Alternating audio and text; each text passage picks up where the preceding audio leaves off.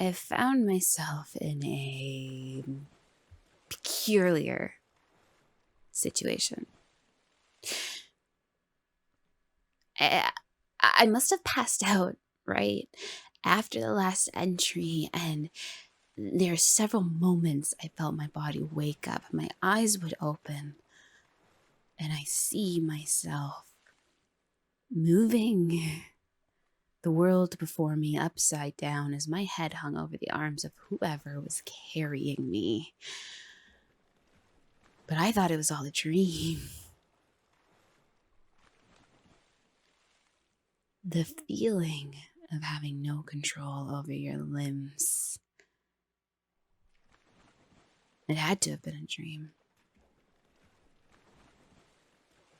And then I faded yet again. There was one moment where I was awoken slightly to find myself on a bed, and I thought it was just in my head that I was dizzy, and the room was swaying.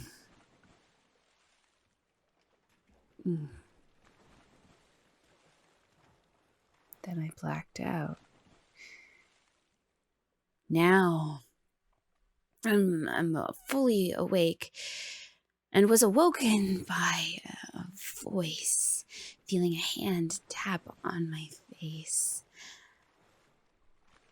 And there was Isla sitting at the edge of my bed. And I don't know what happened to me, but I still feel like I couldn't move. I tried to speak, but she pressed a finger to my lips and reiterated that I was okay and I just need a little bit more time to adjust. She told me not to worry. Not to be afraid that I'm safe now. I'm safe now. I'm safe now. My mind faded back out and I sank back down to probably the deepest sleep I've had in a while. When I finally began to stir again, I could hear Isla humming the song.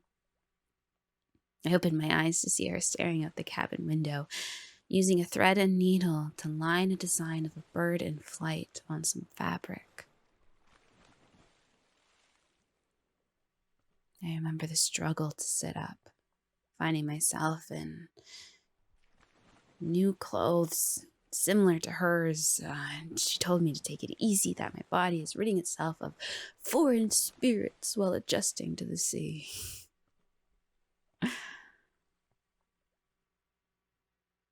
When I sensed that I could finally speak, all I was able to get out was, "What?" Isla laid her embroidery down and came to my bedside, kneeling as she took my hand in hers. "They can't find you here." Her words haunted me as she spoke. "The spirits, the ones who look for you." I interrupted her, asking if Wayne knew I spent the night on the boat, saying that I should get back before he thinks something's happened to me yet again. Ila's smile dropped from being warm and inviting to frightening. She told me not to worry about him anymore, starting on a story of him being a monster, a carcass of a man long dead. She watched him for weeks and didn't go into detail of why. Instead, she continued on her perception of his nature, how he used others, the sick pleasure he took in their loss. She stated that she refused to be the one that didn't stop me from being with yet another one of them. To stop me from being with yet another.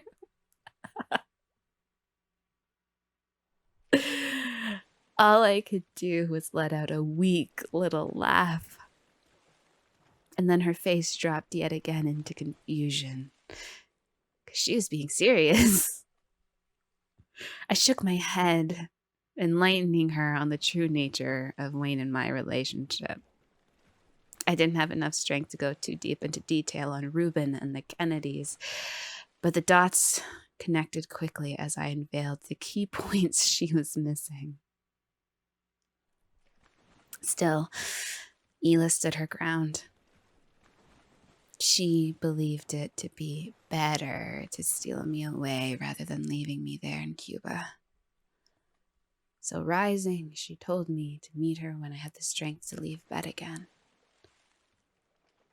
After she left the room, I steadied myself up against things so that I could make my way to the window.